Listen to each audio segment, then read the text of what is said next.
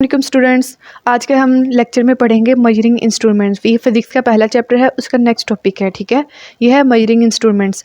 Measuring instruments क्या होते हैं? ऐसे इंस्ट्रूमेंट जो कि यूज़ करते हैं मेजर करने के लिए वेरियस फिजिकल क्वांटिटीज़ को। ठीक है, इसके अंदर हमारे पास लेंथ है, मास है, टाइम है, वॉल्यूम है।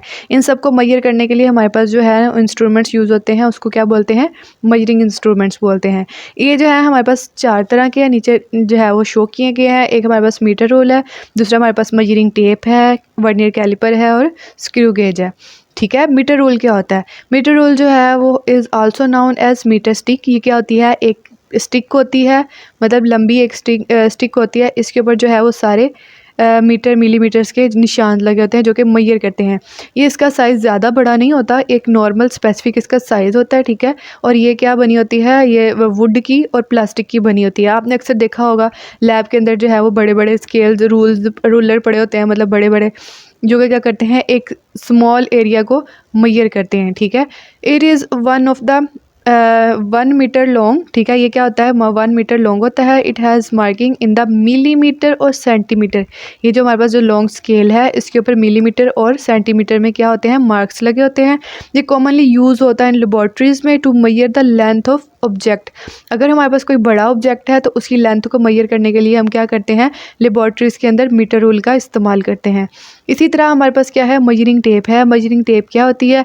इसको जो है ना also known as the tape measure. ठीक है, इसको हम क्या कहते हैं? टेप मैयर कहते हैं। ये क्या करती है? लेंथ मेजरिंग इंस्ट्रूमेंट्स है, फ्लेक्सिबल टूल है जो कि made of metal and cloth. आपने अक्सर देखा होगा कि जो कपड़े स्टिच करती हैं, ठीक है, उनके पास क्या होता है?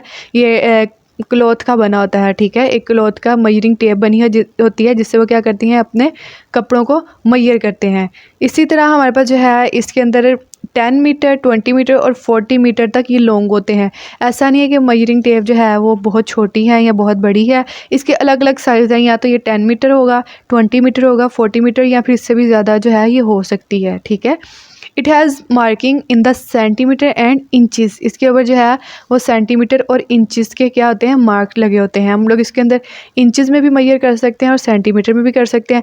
Commonly use to measure the length of cloth and wood. जो हमारे पास मेजरिंग टेप होती है, ये ज़्यादातर जो कपड़े स्टिच करती हैं उनके पास होती है, क्योंकि उन्होंने क्या करना होता है? क्लॉथ को मैयर की क्लॉथ की लेंथ को मैयर करना होता है। इसी तरह हमारे पास क्या होता है?